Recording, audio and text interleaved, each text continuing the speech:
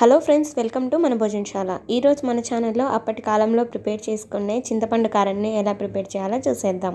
మా జేజీ ఈ చింతపండు కారాన్ని చాలా కమ్మగా ప్రిపేర్ చేస్తుందండి. మీరు కూడా ఒకసారి ట్రై చేయండి.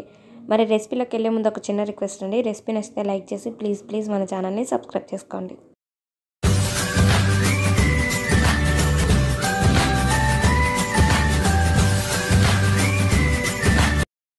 ముందుగా చింతపండు కారానికి కావాల్సిన పదార్థాలండి. కారానికి సరిపడినంత ఎండుమిర్చి, జీలకర్ర, ఆవాలు, ఒక రెమ్మ కరివేపాకు తీసుకోండి. ముందుగా ప్యాన్లోకి ఎండుమిర్చి వేసి కాస్త నూనెని యాడ్ చేసి వేయించుకోవాలి. నూనె ఎక్కువగా యాడ్ చేసుకోకండి. ఎండుమిర్చి మరీ మాడిపోయినట్టు కాకుండా కొంచెం పలపలలాడే వరకు వేయించుకోండి. తర్వాత జీలకర్ర, ఆవాలు, కరివేపాకు వేసి కొద్దిసేపు పాటు వేయించుకోండి.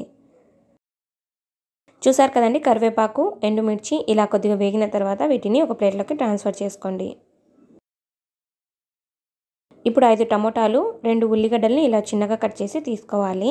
ఇప్పుడు అదే ప్యాన్లోకి కొద్దిగా ఆయిల్ వేసుకొని టమోటాలు వేసి బాగా వేయించుకోవాలి. మధ్య మధ్యలో టమోటాలని కలుపుతూ వేయించుకోండి, లేకుంటే ప్యాన్ అడుగంటిపోతుంది. చూసారు కదండి, టమోటాలు ఈ విధంగా మెత్తబడ్డాక కట్ చేసుకున్న ఉల్లిపాయలు కూడా యాడ్ చేసుకొని ఒక 3 నిమిషాల పాటు వేయించుకోవాలి. చూడండి, ఉల్లిపాయలు, టమోటాలు ఇలా బాగా మెత్తబడిన తర్వాత ఇక స్టవ్ ఆఫ్ చేసుకోవాలండి. ఇక ముందుగా వేయించుకున్న కరివేపాకు, ఎండుమిర్చిలోకి రుచికి సరిపడ్డ ఉప్పు యాడ్ చేసుకొని పక్కన పెట్టుకోవాలి. అలాగే 15 నిమిషాల పాటు చింతపండుని కొద్దిగా నానబెట్టి పక్కన ఉంచుకోండి.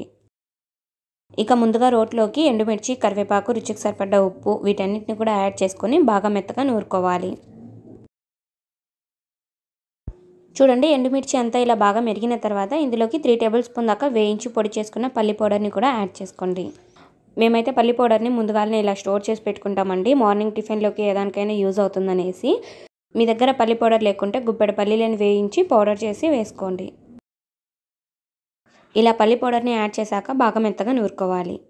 చూసారు కదండి, కారం ఈ విధంగా బాగా నూరిన తర్వాత ముందుగా నానబెట్టుకున్న కొద్దిగా చింతపండును కూడా యాడ్ చేసుకొని బాగా మెత్తగా నూరుకోవాలి. చింతపండును యాడ్ చేసేటప్పుడు కాస్త చూసుకొని యాడ్ చేసుకోండి. మరి పులుపు ఎక్కువ అయితే తినలేరనమాట. సో అందుకని మా జేజీ అయితే ఇక్కడ కొద్దిగానే చింతపండును యాడ్ చేసింది. కావాలనిపిస్తే మళ్ళా తర్వాత వేసుకోవచ్చు. చూసారు కదండి, కారం ఈ విధంగా బాగా మెత్తగా మెరిగిన తర్వాత ముందుగా వేయించుకున్న టమోటాలు, ఉల్లిగడ్డలు యాడ్ చేసుకొని వీటన్నిటిని కూడా బాగా మెత్తగా నూరుకోవాలి. ఇక అదే విధంగా మిగిలిన ఉల్లిగడ్డలు, టమోటాలని కూడా యాడ్ చేసుకొని బాగా మెత్తగా నూరుకోవాలి. చూడండి, చింతపండు కారం ఈ విధంగా బాగా మెరిగిన తర్వాత ముందుగా నానబెట్టుకున్న చింతపండు నీళ్ళని కూడా యాడ్ చేసుకొని బాగా మెత్తగా నూరుకోవాలి. చూడండి, ఈ టైంలో మీకు కొంచెం కారం గట్టిగా అయినట్టు, పులుపు తక్కువ అయినట్టు అనిపించింది అనుకోండి, కొన్ని చింతపండు నీళ్ళని అయితే యాడ్ చేసుకోవాలి. మాకైతే ఇక్కడ పులుపు సరిపోయింది కానీ కొంచెం కారం గట్టిగా అయినట్టు అనిపించిందండి. సో అందుకని కొంచెం లూజ్గా ఉండాలనేసి చింతపండు నీళ్ళని అయితే యాడ్ చేసుకున్నాం అనమాట. ఇక అంతేనండి, బాగా మెత్తగా నూరుకున్నాం అనుకోండి, ఎంతో రుచిగా ఉండే చింతపండు కారం అయితే రెడీ అయిపోతుంది. చూస్తుంటేనే నోరు ఊరిపోతుంది కదండి ఈ చింతపండు కారం. మరి పాతకాలం నాటి వంట అంటే అలానే ఉంటుందన్నమాట. టేస్ట్ అయితే అద్భుతంగా ఉంటుంది. తప్పకుండా ఒకసారి ట్రై చేయండి. ఓకే ఫ్రెండ్స్, మరి రెసిపీ నచ్చితే ఒక లైక్ చేసి మరిన్ని ఇలాంటి టేస్టీ రెసిపీస్ కోసం మన ఛానల్ని ప్లీజ్ సబ్స్క్రైబ్ చేసుకోండి. Thank you all, by by. మరొక మంచి రెసిపీతో మీట్ అవుదాం.